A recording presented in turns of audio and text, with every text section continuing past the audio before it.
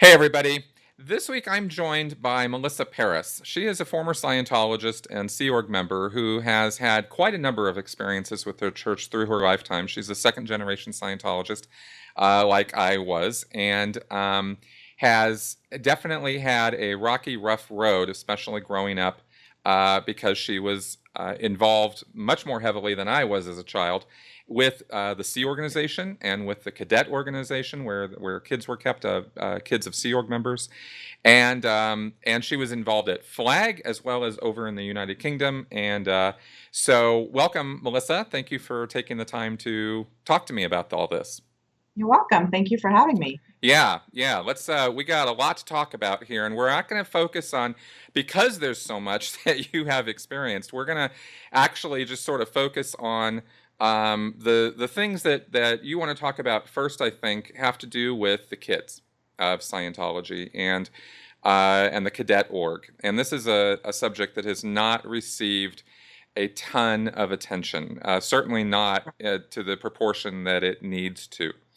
And so I wanted to give you a platform to tell your story, but also talk about the bigger, broader picture of this, because the way I look at it, Scientology is kind of an institutional evil. You get good people doing really bad things, and then you get some bad people in the mix too, of course. And I'm not. This is no let's pardon everybody, but it's such a monstrous kind of a culture, Yeah, and when you sit there, like for me, I actually wrote a paper on this, which is funny that you had brought that up earlier. Kind of like in Nazi Germany, the people that would sit there, and even though, I mean, if you really think about it, it was so wrong what they were doing, but that mindset that, that's kind of what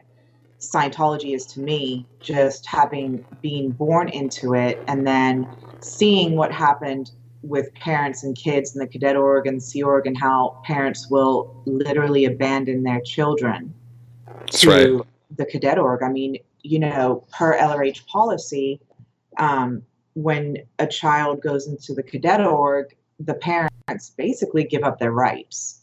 And, I can show people the policy on this. Like, it even says it in there. The cadets are under the care of the cadet coordinator, and the cadet coordinator can do whatever they feel to discipline those kids. That's right. And it's like, in what culture would you ever sit there and see that, hey, I'm giving up my kids and you can discipline them however you please because it's per this person's policies, and that's what we're abiding by. Exactly. Like, as a parent, I would never sit there and allow somebody else to discipline my child. Right. And I would never abandon my child. So, yeah, I think that's why, for me, like we talked about, my path in Scientology was so long because I was born into it, but I don't think enough attention is put kind of on that lost generation of kids that are second generation that were in the Cadet org. So that's kind of what I want to focus on. Exactly. So that's what we're going to do here. First off, let's go ahead and start by just getting the background established. You were not born here in the States. You were born in Sweden? No. Switzerland? Where was that? Yeah, I was born in Geneva. Everybody always says Sweden. I know. I was born in Geneva, Switzerland. My mother, I believe, got into Scientology in 1976 and met my father on a train coming from Paris or going to Paris, and she got my dad into it. My dad is French from Paris, and my mom is Swiss. And so when I was born, my parents were already Scientologists. Okay. And so I have an older sister, Valeska, and then I have a younger brother, Raphael. And then, that was, that's us. Okay. And you were born in 1979? Yes, Christmas Day, 1979. Oh, Christmas Day. All right. Okay. All right. And so it's 1979. Your folks are already in. But then a couple years later, your dad joins the Sea Organization. And there's a divorce in there. What happened? What's the sequence of events there? So my parents split up in 80, 83, 84. And my dad decided to join the Sea Org. And in Scientology, you abide by the church.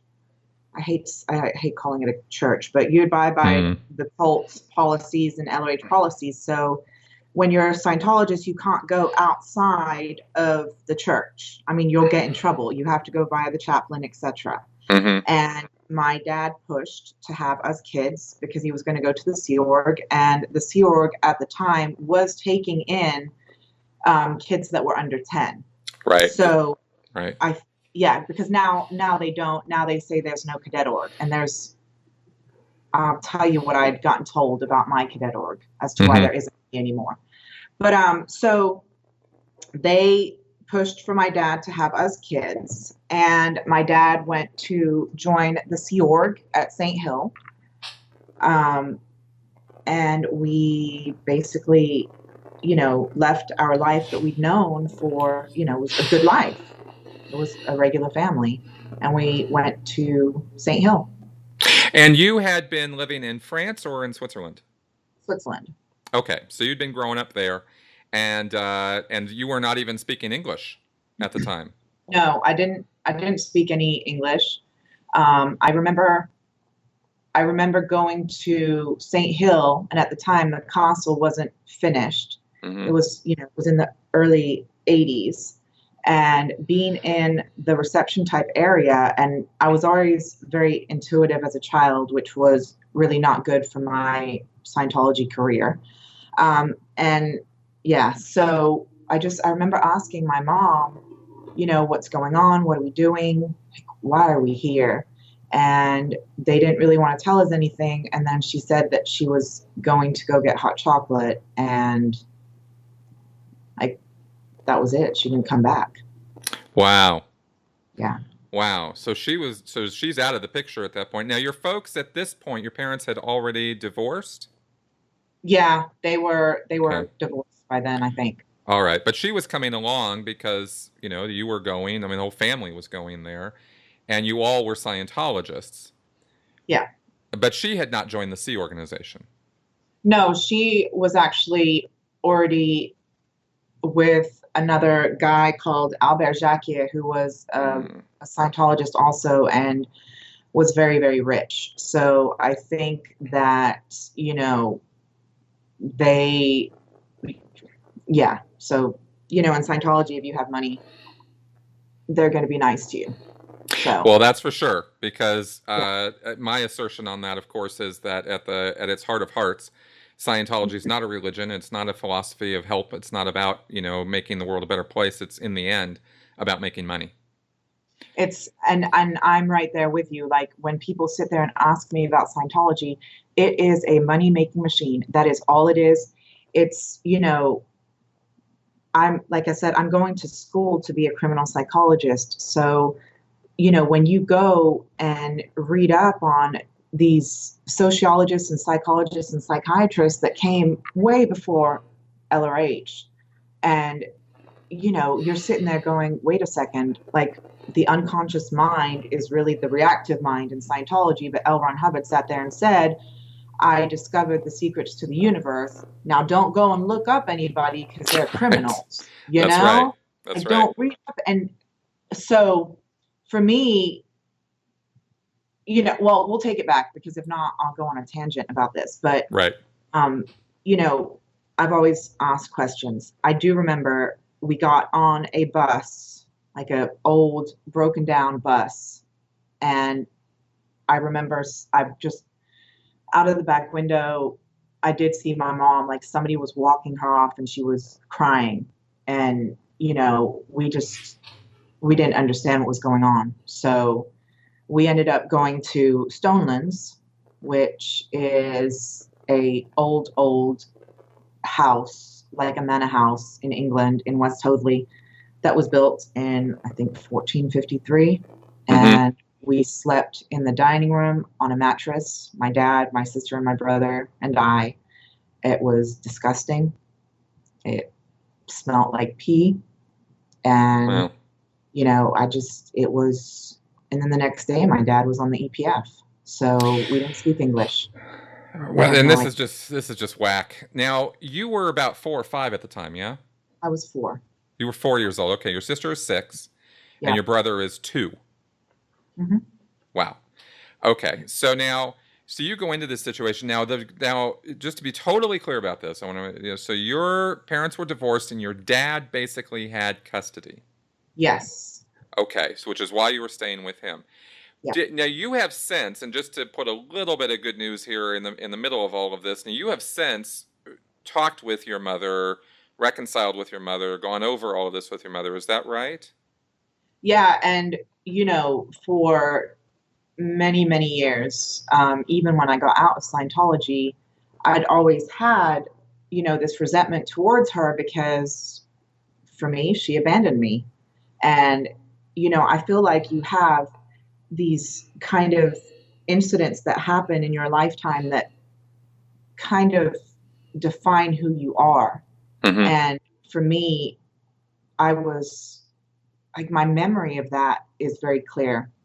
And so, but when you look at it from her viewpoint and how she was handled by Scientology, it was basically either you let your kids go with JF, with our dad, or we're going to declare you. And Wow. so, and that, you know, so she really did not have a choice. Right. Right. And on this channel, I've certainly discussed the extremism of the belief system. And, we're all familiar, if you're a Scientology watcher for any period of time or involved with it, of course, you understand the hold that Scientology has over its members through disconnection. It is a psychological and emotional blackmail. And Yeah. so even, and the fact that because Scientologists firmly, wholly, and completely believe that Scientology is the thing that is going to save the world. Yeah. They are willing to, they find it in themselves to make these sacrifices that anyone outside of Scientology would look at and go, that's just crazy. That's insane that you would abandon your kids or your family. But when you're in a mindset where you honestly believe that it is the greatest good to do Yeah. something like that because you're forwarding the purposes of Scientology as L. Ron Hubbard laid them out, then it's not a pass. It's not an excuse. It's not It's not me trying to rationalize it. It's merely stating where their head is at. So there's some kind of understanding of how somebody could do that. Yeah. And then also think about it this way. When you are a child, even though anybody that's outside of Scientology would consider you a child, in Scientology, you are a thetan. This Yep. is just a small body that you have. And again, there are LRH policies that sit there and state that, and I've found them and I have them because, we were not treated like children. We were treated as adults in little kids' bodies. I was 4 years old and I was in the cadet org, which is like the Navy for kids. We lined up. We got up at 7 o'clock in the morning. We all had posts. And so an LRH sat there and said, like, I don't give a shit. I mean, basically, if somebody does something, it doesn't matter how small their body is, you will handle them with the same ethics that you would a grown-up. That's right. So, like, my sister and I have spoken about this. We don't know what it means to be just a kid. The first 4 years of my life were great. I was a child, but then, that was it. And yep. Yeah. It's very reminiscent to me of the way the Spartan civilization worked, where where children were raised until I think it was 6 years old or something, and then they were literally taken out of the home and put in dormitory living, right? Boys and girls separated, and now you were basically property of the state. Mm-hmm. and you were considered property, and you were dealt with and treated that way, right? And the boys were trained in a certain way, and the women were trained a certain way, and that's how it was, and their whole society was structured that way. And if you kind of look around, you don't see too many Spartans around anymore, right? No. And they might be glorified in movies like 300, but the fact of the matter is that it was not a great civilization, and they didn't last for a reason. Right. So, because they were not big on the family unit, they were big. It was kind of a fascist kind of civilization, and that's very much like Scientology organizationally. It's a very fascist, state-oriented kind of group.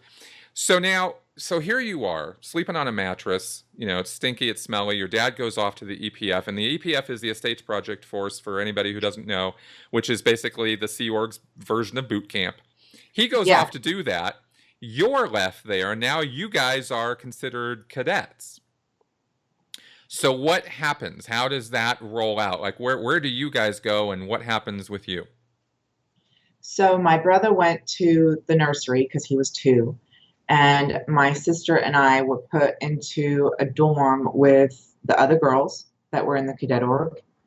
Like I said, we didn't speak English, so it was like I remember crying a lot. And another one of my defining memories from that time is, I'd been there for a little bit, and I was put into the ballroom at Stonelands, which is, the biggest room there. And one of my governesses sat on a chair in the middle of the room, and all the windows were locked and the doors were locked because there was 2 different doors that you could get into that room. And basically she made me run around the room and try and get out of the windows and get out of the doors, until I figured out that there was no way out. And then she made me come to her in the middle of the room, and she put me over her knee and she spanked me. And I think that was because I'd been crying. And so it was, for me, that was kind of the moment that I just remember sitting there saying, like, no, like, these people are not going to break me. And I know that sounds really stupid to say as a 5-year-old, but that's just who I am, and that's who I was. And, I did kind of learn from that moment on, though, don't show emotions, don't cry. It's low on the tone scale, Right. So you have these children that are being taught to, don't show emotions, don't tell people how you feel, hide it, suppress it, and, suck it up. That's right. I grew up with the don't be banky.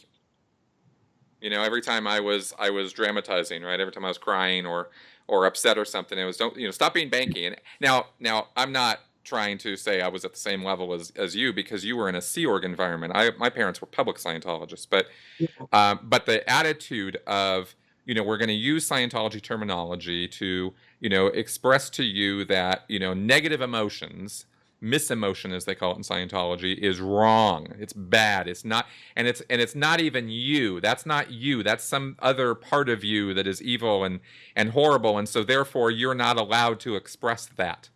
Yeah. Right? And you have to suppress that emotion. And that, in 1 or 2 instances of something like that, you go, okay, fine. You start doing something like that to somebody for years and years and years, and you're now, you're now creating psychological damage. Yeah. And you'll find that Scientologists or ex-Scientologists have a very marked lack of empathy.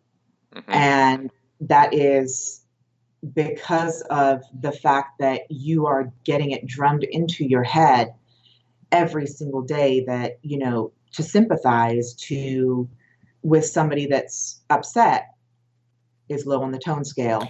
Right. To cry is low on the tone scale. If something bad happens to you, well, what did you do to pull that in? Yep. And so just as a child in the cadet org, my sister and I were taught to, you know, suck it up and make it like we had posts, and it was make it go right. Mm-hmm. You know? We would what kind of work were you guys doing when you say you had posts? What kind of stuff were you guys up to as kids? I mean, we were, I think my sister was CO Cadet org at one point. Oh. Yeah. Well, I mean, it wasn't, you know, I was always in trouble. that somehow doesn't surprise me. I was always in trouble. My sisters, we actually were speaking about this yesterday. Our Cadet org experience was very different. I was a loner. I spent my time as much as I could reading. I was not very social. I had pulled myself back after that, you know, that episode in the ballroom. I really did just stay to myself, whereas my sister was, you know, the boss. Okay. Yeah, she was, yeah. About how many kids? About 40. Wow. It was a large cadet org, and wow. You know, if somebody ever tells you like Lord of the Flies or whatever, it was really for us survival of the fittest. You know, mm-hmm. we did not get enough to eat. We were dirty all the time. We had lice. Mm. You know, it was, yeah. Mm. And it should probably be understood, just to give a bigger picture here, that, you know, what is it? One adult, 2 adults maybe in charge of this whole operation, mm-hmm. right? Kind of from the Sea Org point of view, you know, it needs to be understood that the kids and the cadets are a bother. Yeah. You know, until they're old enough to actually start doing Sea Org work, they're just a bother, and everybody's just kind of, the Sea Org members are kind of like, yeah, okay, kids, whatever, you know, maybe they'll grow up and then they can be part of the real group here of what we're doing. But until then, we have to feed them, we have to deal with them, they cry, they do this, they do that, and they don't want it. They don't want it anywhere near them. Nope. Right? So they're sort of sequestered off into, you know, the Stonelands area, the room that you guys were in, or the area where you guys were in, and nobody really wants to hear about it. You know, the executives are not too interested in what's going on with the kids. The parents have kind of, you know, they might love their kids, but they're Sea Org members now, and their duty is to the Sea Org, not to their kids. So yeah. It's not like there's this loving, caring. I just wanted to kind of paint that picture, because it needs to be clear that this is not a 9 to 5 babysitting situation. This is a full-time operation with the cadets. The Cadet org is exactly that. It's an organization. Yep. And we all had posts like the Sea Org. We had our own org board. We had cadet coordinators. And I don't know about other cadet orgs around the world, but I do know that the Stonelands Cadet org, if you were placed as a cadet coordinator, and I think that there's some kind of policy about this, but we literally got the worst Sea Org members that had gotten in trouble, and this was their loss. This was what they were going to do, or they were going to get kicked out. And we had a guy when I first got there whose name was and he was found to be sexually molesting the babies. And that was just one of the ones that we had. There was rampant sexual, mental, emotional, and physical abuse in our cadet org. I mean, just the stuff that happened to us, and the stuff that, you know, our parents allowed to happen, I mean, would just blow your mind. Right. Well, I don't want to, you know, get too invasive here, okay? Whatever you're willing to talk about.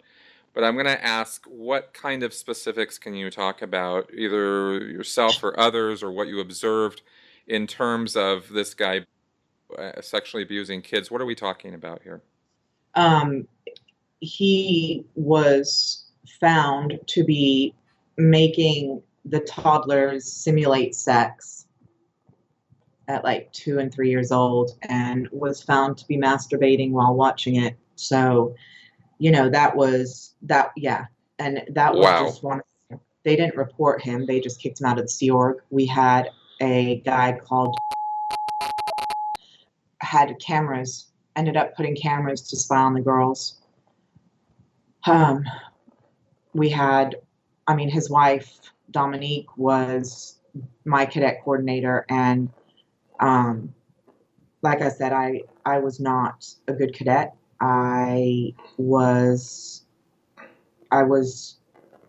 She punched me in the face so hard one time that I think I was like 9, that I slammed into the wall that was behind me, and she knocked me out. Wow. Yeah, I was stupid enough. I think I was 9, and I was stupid enough to yell down at her and Heather to make me shut up. And they came running up the stairs. They grabbed me off the ladder and beat the crap out of me in a corner, and then dragged me through Stolens by my hair. And we had main stairs that were, I think, like 30 or 40 steps, and they literally threw me head first down the stairs. Wow. Yeah. And I messed up my knee, and I'm pretty sure I dislocated my shoulder, and my ear was bleeding because I landed on my right side. And, they threw me outside the house, outside of Stolens after that, and it was really cold. And then they locked all the doors to Stolens. There was 7 doors to get in, and they locked every single one. And I literally had to push my shoulder against a wall to, I guess, pop it back in. Wow. So that was, yeah. And I mean, it wasn't just me. It was, that happened. That was just the way it was. Right.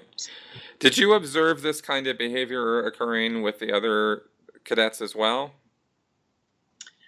To a certain degree. I will say that I got it worse than any of the other cadets. You were the troublemaker.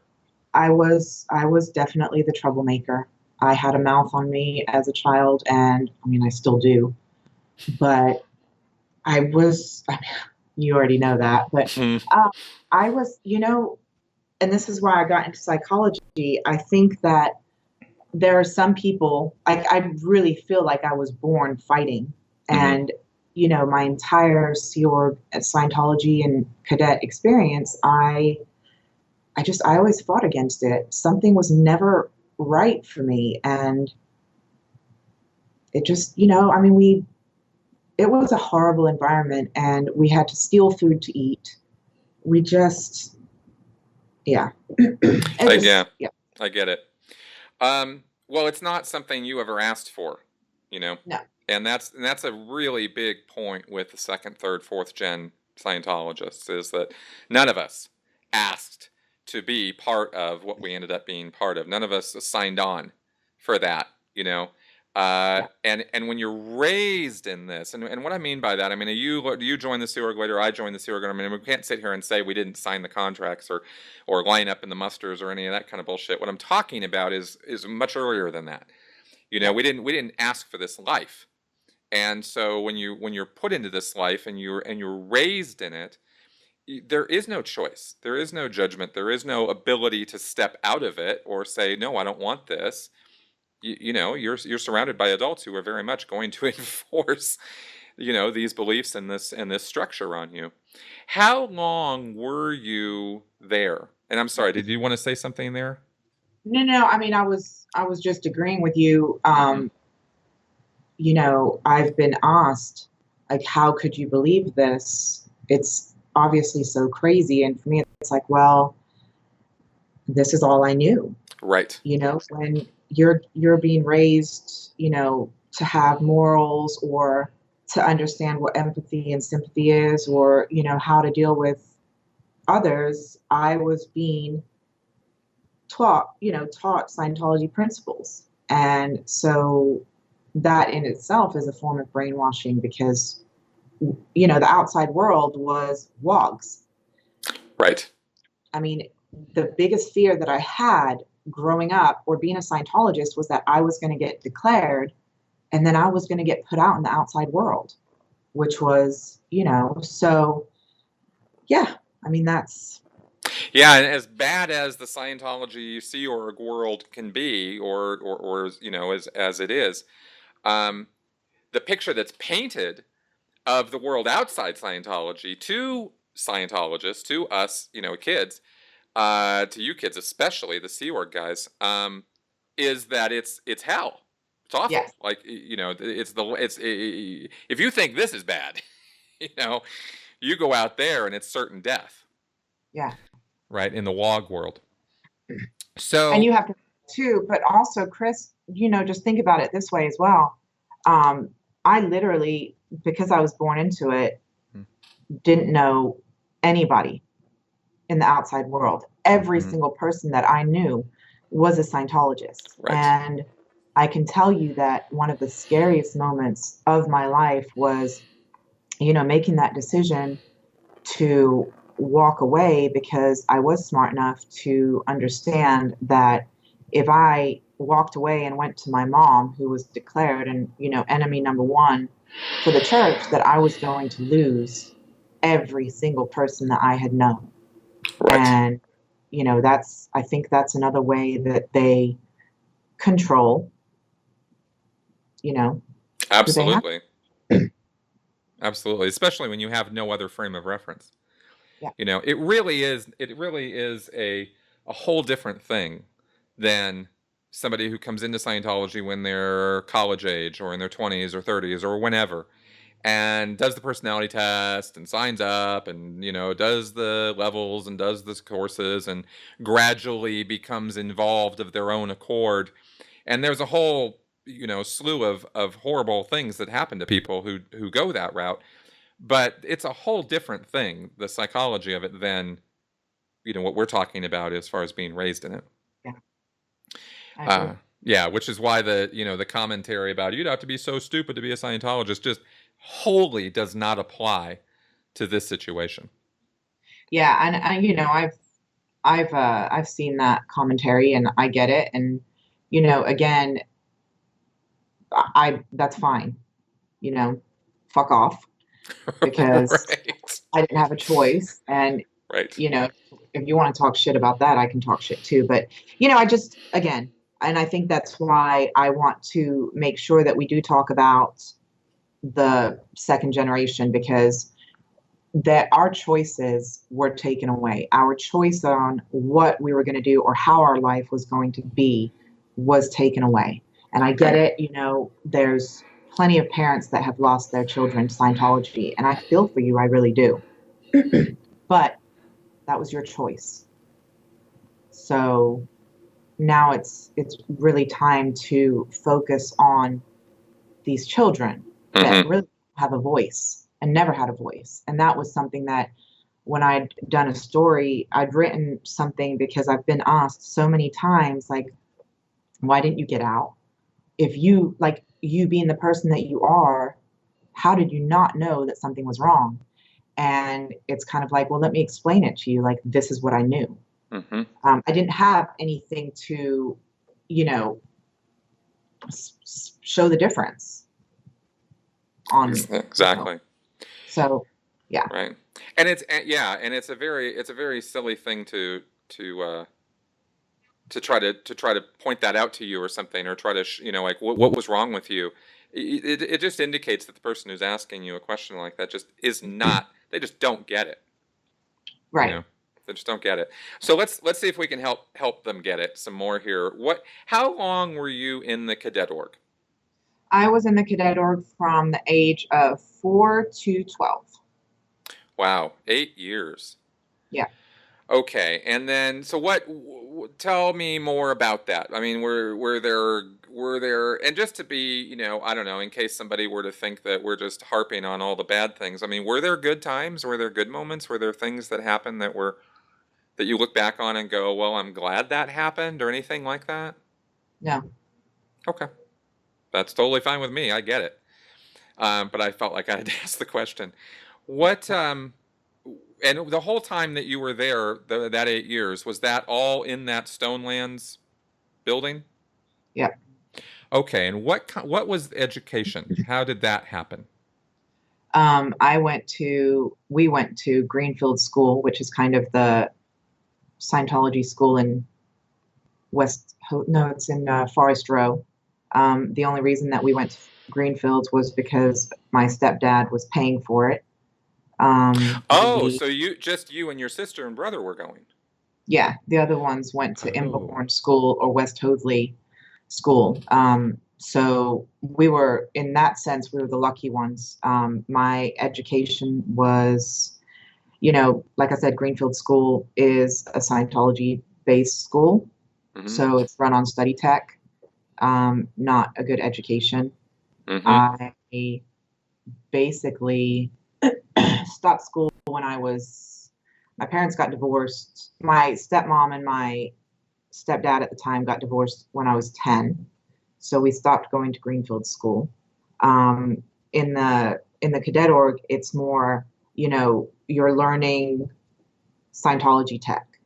Like at night, we'd be made to study Scientology. That's what they were. I mean, as cadets, we didn't need an education. We were just going to go in the Sea Org. Okay. So, yeah. Okay. And then in terms of the posts you guys were doing, because you mentioned everybody had a post, everybody were doing work. What was the schedule like, and what kind of work were you guys doing? The schedule was all day. We would get up at like 7 and, clean, breakfast, which was, porridge and toast. Then we would go to school. Then we'd come home.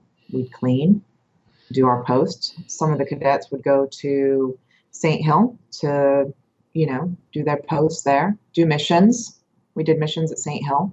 Missions? Yeah, we did missions at St. Hill. You'd go and you'd clean, or you'd, write letters or stuff letters, or, like we did missions. Okay. So basically missions is Sea Org terminology for like a little project you get sent on.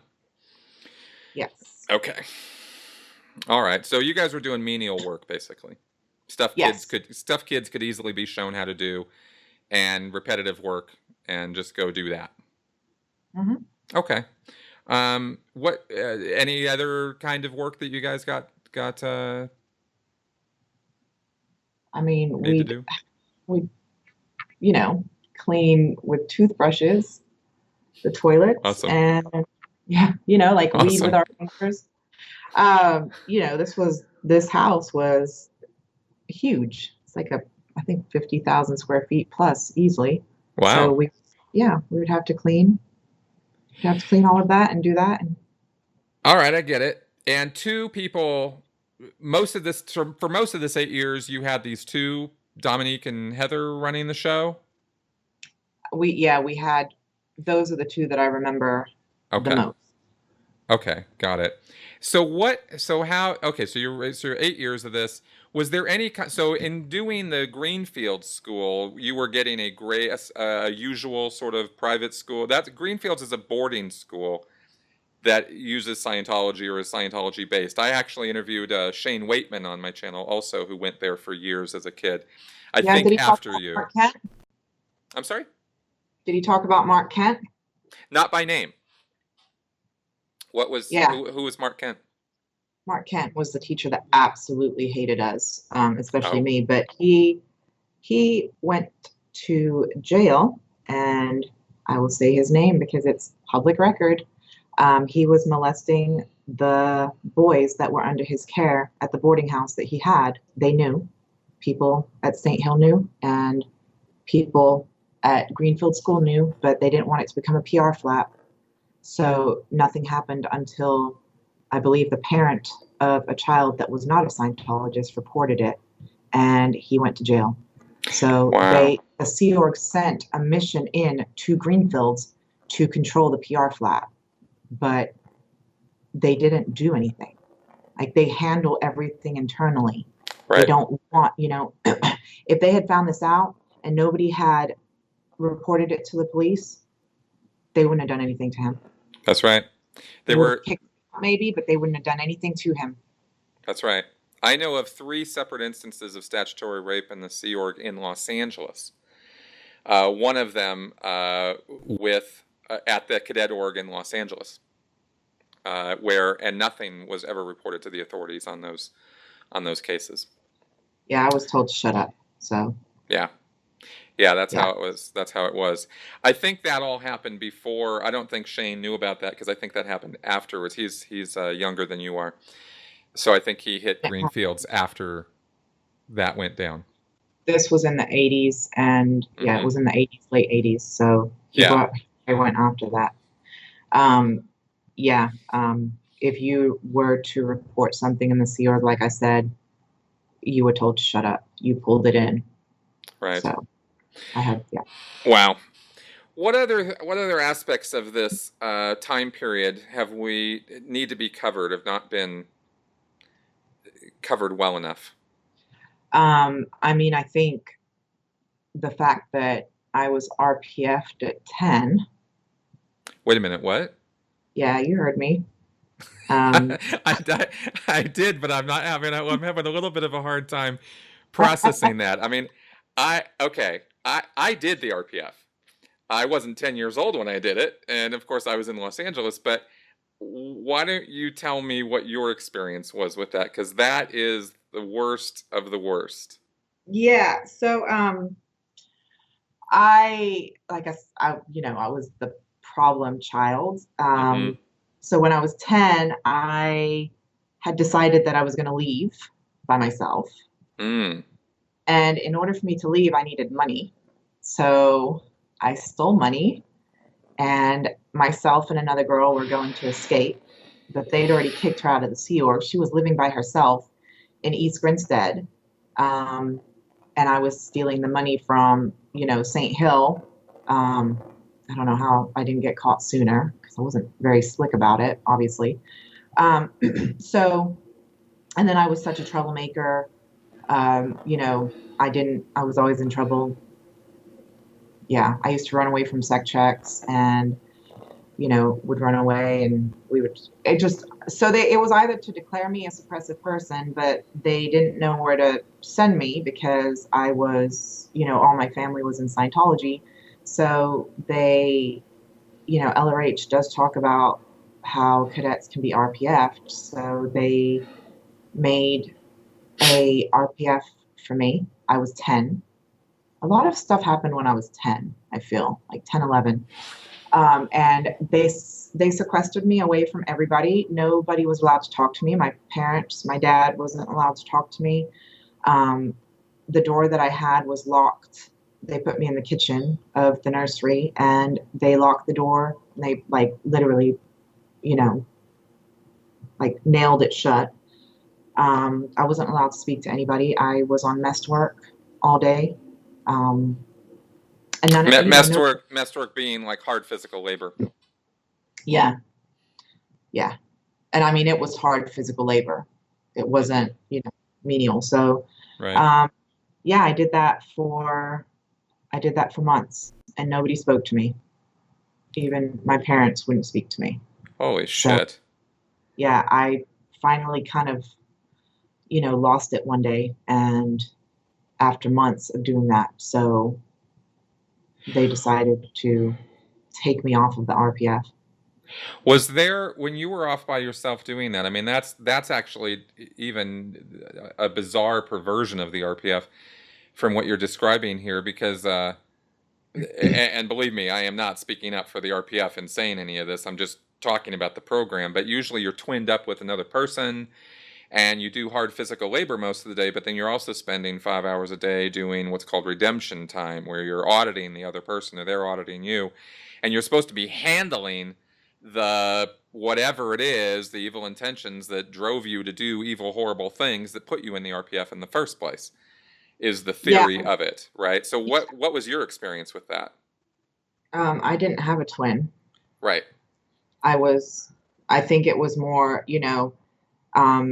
they thought I was an SP, and they needed to keep me away from everybody. Okay. And so that was more what it was. It was, just keep this child away from the other cadets and the Sea Org members. Until the day you had a bit of a meltdown yourself and they realized that this is not working. Yeah. Okay. So this is really just some sort of like, wow, I don't even have words for this. I mean, this is sort of the worst of all of it. I mean, as far as you know, the introspection rundown, you know, they lock you up, they don't talk to you, they put you away, and it's just tailor-made craziness. I mean, it's like, how do you drive somebody psychotic? This is how you do it, you know? I started seeing things. I'll bet. And that's when, you know, because I literally was by myself 24/7. And I think a person, especially a child, can only do so much of that before it's, you know, and I think the worst part about this is that you have these kids that are so young that would literally rather die than keep doing what we were doing. Right. You know, that's just the way it was. So, and you know, my dad was there. My dad was in the Sea Org, and my dad did nothing. Wow. So, you know, it is what it is.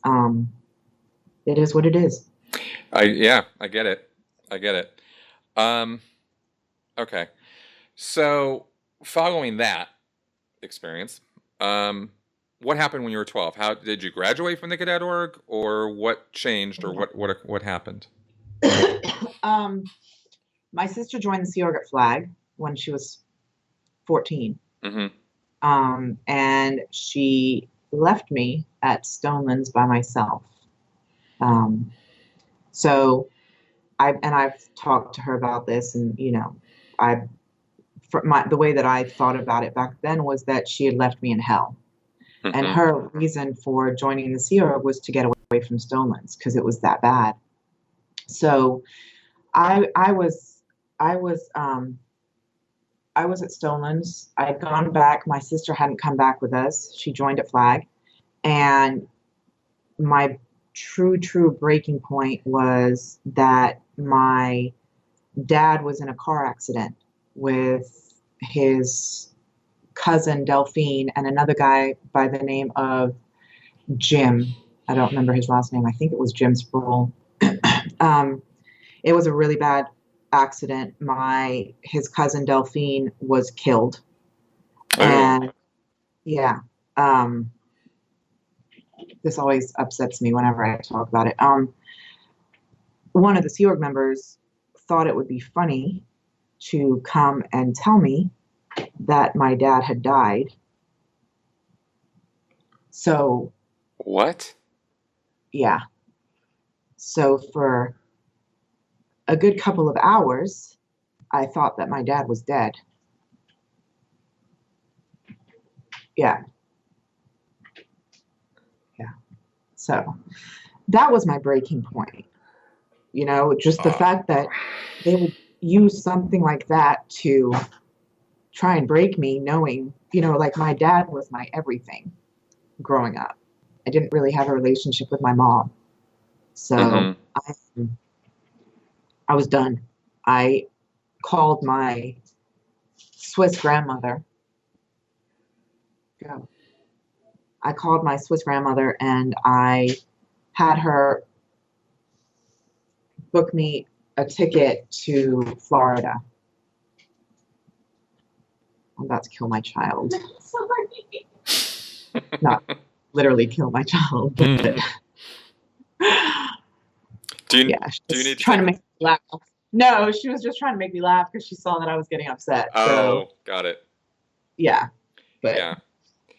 But anyway, no. So I had called my grandmother, and you know, I asked her just to book me a ticket, and I didn't have anywhere to go because my mom and my new stepdad had, I don't know what they were doing. They'd blown from Flag or something at that time. And yes, they had. And okay. So your mom was not an option for some reason. My mom has never been an option. Oh, okay. Okay. I get it. Yeah. So I ended up going and staying with Phil and Willie Jones. Really? Yeah. Yeah. Okay. They I'd met Emily at Flag, and her and I had become really close. And so I left England. I went to the airport. I got on a plane by myself at 12, and they picked me up, and I lived with them. Wow. Mm-hmm. Okay. And I imagine life was radically different for you at that point. Yeah, I it mean, was. acclimating to the real world? Yeah, it was a lot different. And I'll be completely honest, I was not the easiest teenager. I was not, I was mean, I was argumentative, I was defensive, I didn't trust anybody. I thought, it's like even being lucky enough to be raised for a short time by Phil and Willie, I think this was the first time that I had ever been shown unconditional love. Mm-hmm. And that's something that, people don't understand as kids. We were never shown unconditional love. Right. We didn't know what that meant. So, that was literally the first time that I'd ever gotten that. So. When you were, just to step back for just a second, because it just occurred to me to ask you about this, how often was your dad coming around and seeing you? I'm surprised we didn't talk about that. Mm-hmm. When we first got there, we had family time, Mm-hmm. Once a day for an hour or 45 minutes. And then James Byrne came down for a mission, and they took away family time. I hated that guy. Okay. I loved him. I was his communicator in the Sea Org. James Byrne. He ended up in L.A. He was that guy. I know. But listen, I knew him when he was sick. Mm. Sea Org, when I was trying to root out, that took me forever. And he would hide me. Wow. He would hide me from security in his room. Me and another girl would go and hang out with him because he was really sick, and they wanted him out of St. Hill. So, I got to see a nice side of him, because I think that he kind of looked at me as his daughter for, a small time. But I mean, I know I was his communicator. I've seen him in action, and I've, felt the wrath of James Byrne. But I also got to see the best side of him, I guess. Yeah, he was original. Just to put it in context for everybody, James Byrne was one of the original Sea Org members, going all the way back to 1967. Yeah. Fourth member, yeah. Yeah, he was old school, and I don't want to try to paint him with a totally black brush. Everybody in Scientology has their ups and their downs, and their good and their bad side. But I don't think anybody likes him. Yeah. I'm the only one. But he was something else. Anyway, I of course am also speaking in years much later than this, where I knew him in PAC in LA. What time? What? When? Early to mid 2000s. Yeah. Okay. Yeah. I got him. I mean, I was his communicator in the early 90s, late 90s. So, but yeah, I mean, whenever I tell anybody that I like him, they're like, "Are you fucking crazy?" Right. I'm like, "I know, but like, I don't think anybody understands. Like, I literally would hide in his wardrobe when security was looking to sec check me when I was trying to route out, because they would not let me route out." Wow. Like, it literally got to the point where I booked a plane ticket and was like, "I am leaving tomorrow, so it's either you guys are going to give me my damn sec check or I'm going to blow." And they were so scared of who my mom was, that they ended up, doing a sec check, and I had figured out how to beat the E-meter years prior. Mm-hmm. So it was the shortest sec check ever, and they couldn't believe that I didn't have more withholds. Idiots. Of course. Okay, just since people are going to obviously ask this question now, what was so special about your mom? My mom went up to OTA on the processing side of the bridge, which is as high as you can go. And she studied the class 12 materials and was the L's and knots CS at flag in her very short time in the Sea Org. So essentially, she's an OT8 Class 12. She was the first person to ever post OT8 on the internet. Wow. Yeah. Wow. She went after the church in France and Switzerland, and what she did to this day has repercussions for Scientology in France because of what she did. Okay. So when she left and when she blew and when she started to attack the church in 95,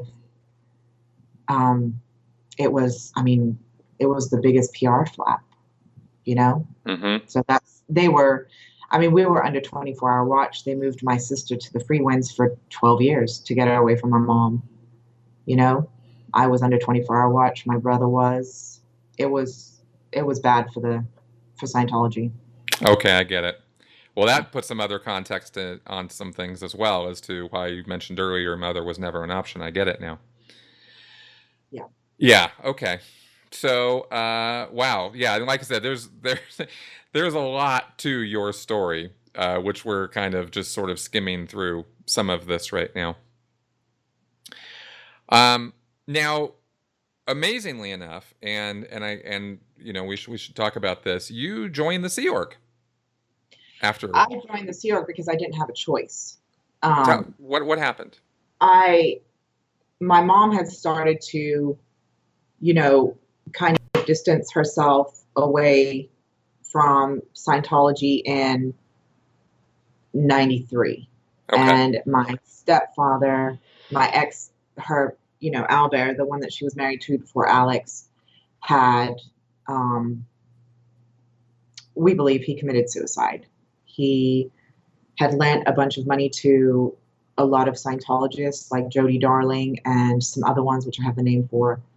He had written diaries of trying to get his money back from these people that had given it to the IAS. And in Scientology, as we've talked about, you can't go to an outside like court or judge or anything like that. You have to handle everything internally. Mm-hmm. So he was never able to get his money. His car, I believe, was found at the Sandcastle in Florida, but his body was at his home. So we don't know how he'd gotten there. It's really suspect. My 7-year-old half-brother found him. Oh, man. That sucks. I know.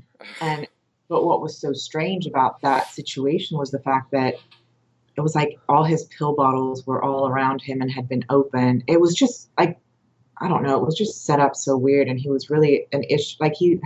I'm not sitting there saying that, anybody did anything because they'd probably sue me for defamation. But I'm just saying that it was really suspect the way his car was not even at his house. But anyway, so that was kind of my mom's breaking point.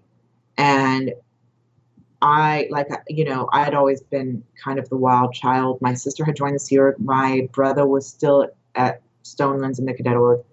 And I had moved to LA by myself when I was 14 to nanny for a Scientology family. Yes, I have led a very interesting life. I have, done my own thing since I was young. Yep. But yes, I'd moved to Los Angeles by myself. And so my stepmom was really pushing for me to come back to England to see her and my brother and my sister for Christmas.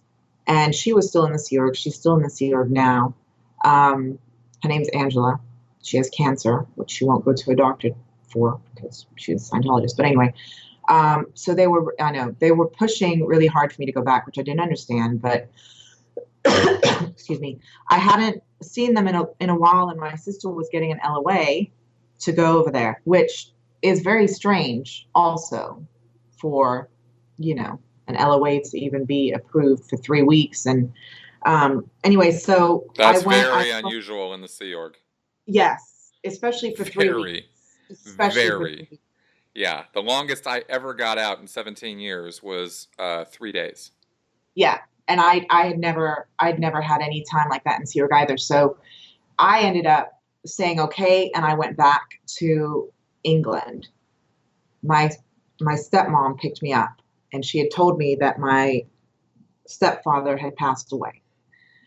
We stopped somewhere to get something to eat, and then I was supposed to go to France with my sister to visit my grandparents, which was also weird because they had always been kind of anti-Scientology. So the fact that I was getting pushed to go over there was a little strange. What I didn't know was that my mom had started, once my stepfather had died, my mom had started to go to the church requesting his money back and basically going into attack mode.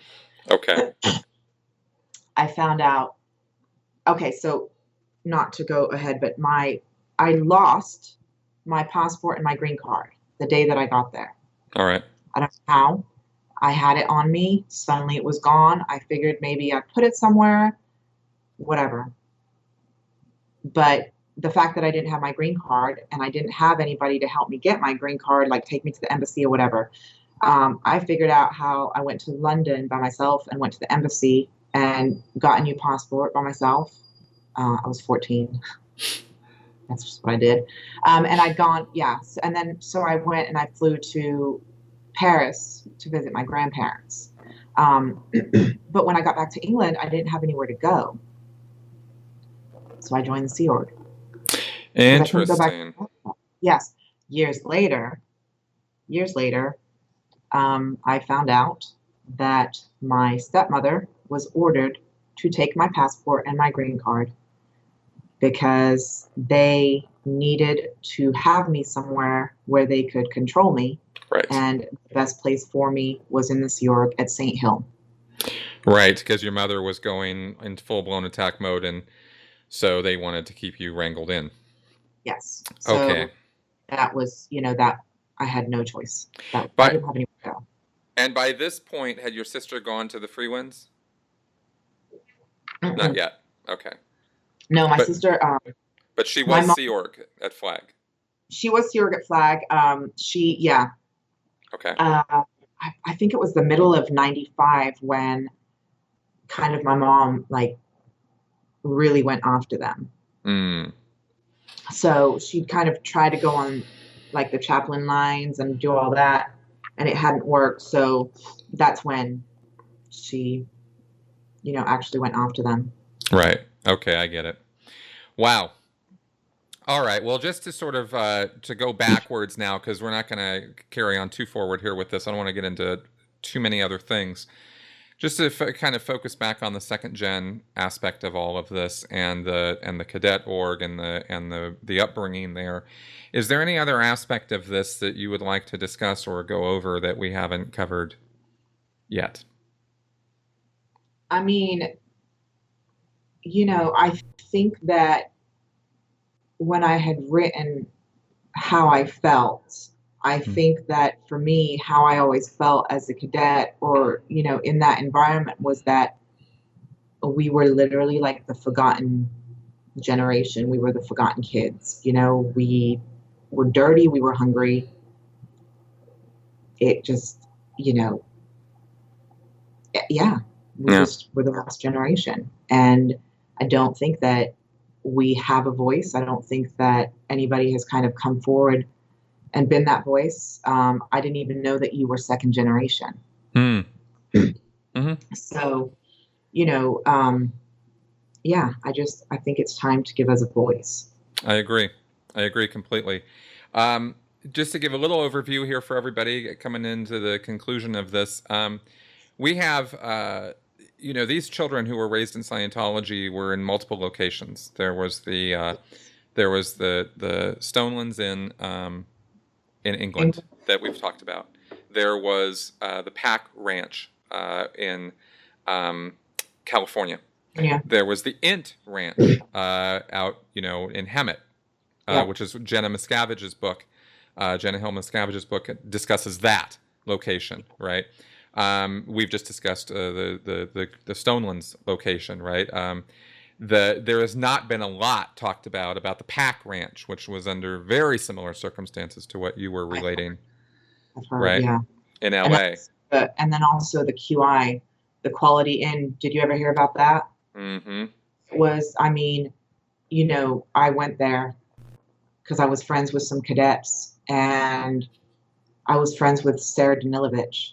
I don't know that family, but I remember going there, and it was. I think that's why I want to fight so hard for us cadets, is because it was so bad. Like literally everywhere that you go, everybody that came out of that environment I mean, it was just so bad.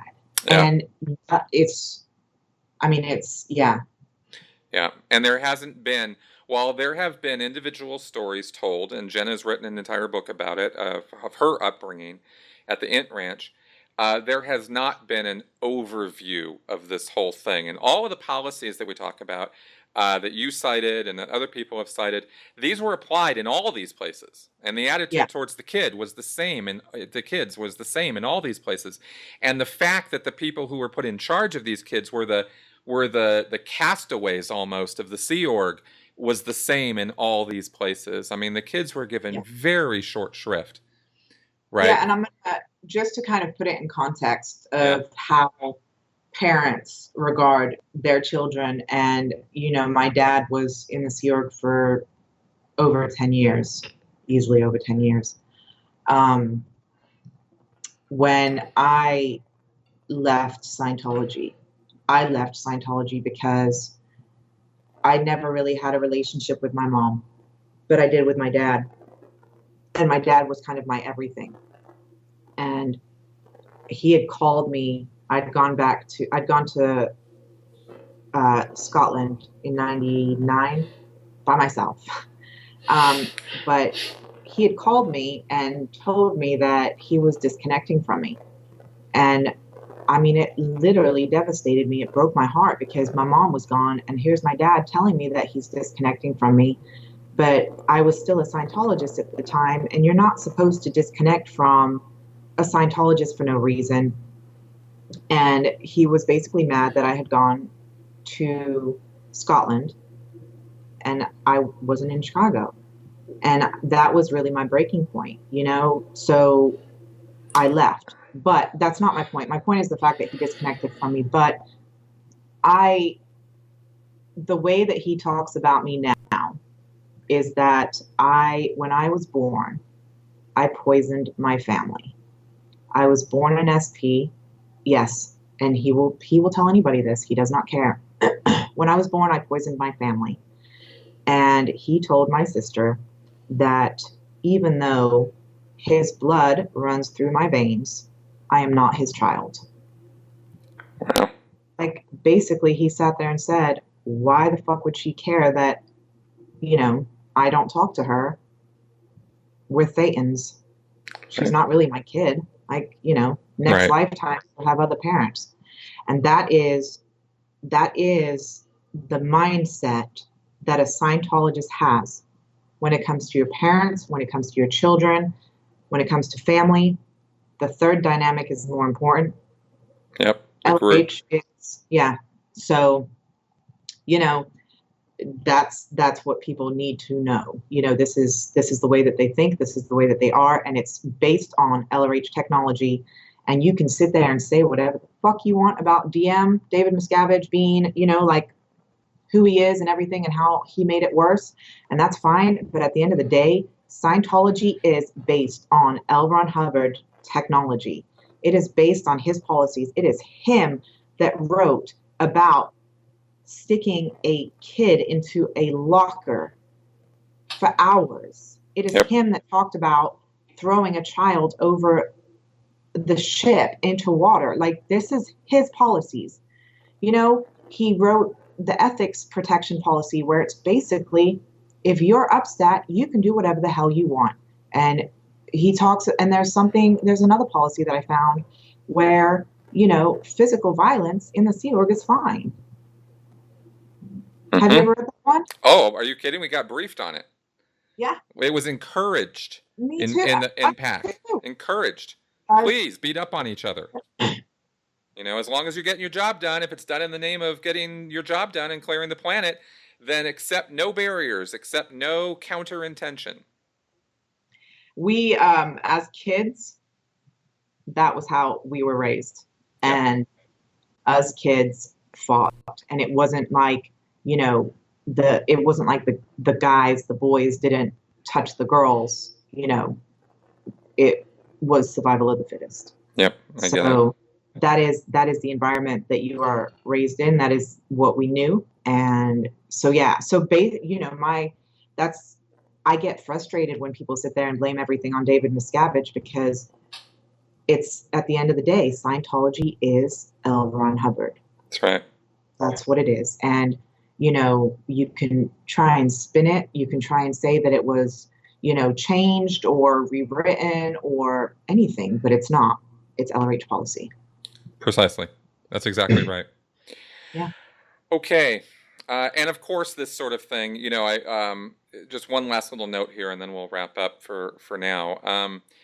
We mentioned the Sea Org ranches, the bases, the cadet places where the kids were. Those were all Sea Org installations. But this attitude filters all the way down to public Scientologists.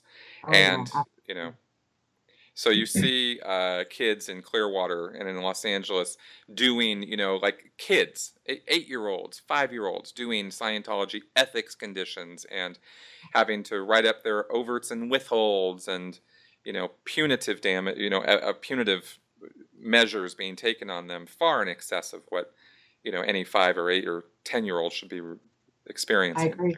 I agree. I mean, if you just look at the fact that a 6-year-old can be sec checked, and the questions that are asked of a 6-year-old child is, I mean, there's no way in hell that is acceptable in any culture, any society. It's just the way that it is that, insidious, nonstop way of brainwashing and controlling Scientologists. And, it's 6 years old. And the questions that you're being asked, if people were to go and read, the questions that you're asked, it's literally vile. Like, it's disgusting. Yeah, exactly. Because you have the, we can throw and I'll probably throw up a graphic on that children's sec check, but the people who administer sec checking can ask any question. They come up with their own. They don't just use the ones that are on these forms. Yeah. So, you can end up asking kids all kinds of crazy things. Okay, now just to put a little bit of a positiveness here at the end. I mean, obviously you have come through this, you have survived it, and you are making something of your life now. Yes. I wish the same could be said for all of the people who were raised in these environments, but unfortunately that's not true. We don't get a chance to talk to all of them because some of them just aren't around. But but you've seemed to have picked yourself up and are doing something to expose this abuse, to educate yourself. What is your situation now? As in what I'm doing with my life? Yeah, a little bit. Yeah, I mean, just in a, like I said, I mean, this is pretty grim stuff we're talking about, right? And I just want people to know that there is, some people did survive this, I mean, I have the mindset, and I've always said this, that I am not a victim. I will never allow myself to be a victim of Scientology. And I will also never allow Scientology to define the person that I am. I have a 15-year-old child that is amazing. I have a great relationship with her dad. I love his girlfriend. I love their kids. My sister is out now. She got out 7 years ago. So her and I are rebuilding our relationship. She was in for 32 years, and we never had the chance to be siblings. We never had the chance to be sisters. So it's hard. It's tough because, you have to put aside everything that happened and try not to trigger each other. But we're doing good. I'm going to school. I'm working towards my PhD in criminal psychology. I want to work with people that get out of cults that have severe PTSD or, just kind of anything like that. Because I've been through it. I went to therapy, and a lot of ex-Scientologists will not go to therapy because it's so close to auditing. They consider it auditing, and it sucks because, I think the best thing for somebody getting out of something like Scientology is to go and talk to somebody, like, it's not your fault. What you did as a Sea Org member, what you did as a cadet, what you were made to do, what happened to you, that's not your fault. Mm-hmm. It's not. So, but yeah, I mean, I'm am who I am, and I'm a fighter. I always will be. I will fight for, the ones that don't have a voice, and I'm not going to stop. And I plan to become Scientology's worst fucking nightmare. Perfect. Well, Melissa, I'm seriously. well, thank you for taking the time to have this chat with me, and we'll get this out there, and this will be just one more thorn in their side, as we because has been and will continue to be, I think, a bit of a protracted battle, but we are winning. Their membership is decreasing, and that's what I think. I think that's happening. And Leah's second season is coming out, and I think we're going to see some. If people thought season 1 was something, they have no idea what's coming. I know what's coming. Yeah, so me too. So it's and there's I will throw this out there as well. I know that A&E had done another show that should be airing. Yep. And that's kind of all I can say about that. But, there's a lot of people that are working and fighting, and more than ever now, I feel like it's okay for people to come and speak out. It's not like when I got out where there was nobody. Right. There was no one, and now it's like there's this whole community that of exes, some of them not crazy, that, but there's this, there's a support group, and you have people like Claire Headley and Christy Gordon and you and, Aaron and Leah and Mike and all these people that are, making a difference and speaking out, and Nora, and, it's okay to speak out. Yep. You should speak out. Your voice matters. It doesn't matter what you went through, how minimal you think it is. I've never met a group of people that minimizes what they went through, like ex-Scientologists. I've never seen anything like it. Yep. Like this shit that, we're talking about physical, mental, emotional, and sexual abuse that happened to you. And these people minimize it. Oh, it wasn't as bad as what happened to you, or it wasn't as bad as what. No, you need to speak out. Your voice is important. Exactly. The more voices speaking out, the more stuff will change, and hopefully Scientology will get their tax exempt status taken away, because it's not a religion. Doesn't matter how many buildings you have that are empty. You are not a religion. Exactly. I don't care how many crosses are on the side of your building, or how many ministers are wearing, dog tags, dog collars, or whatever. That ain't what makes it a religion. No. Right. So, yeah, we're on the same page on that. So I'm like I said, I am very upfront. I'm blunt. I'm honest. I'm abrasive. I really don't give a fuck. I will continue to speak out the way that I do. And if you like it, great. If you don't, fuck off. Perfect. Well, thank you, Melissa. And with that, we are going to wrap this up. It was really good to get this out there, and again, I really appreciate your time in doing this. So I'm sure that we will talk again, and thanks for coming around.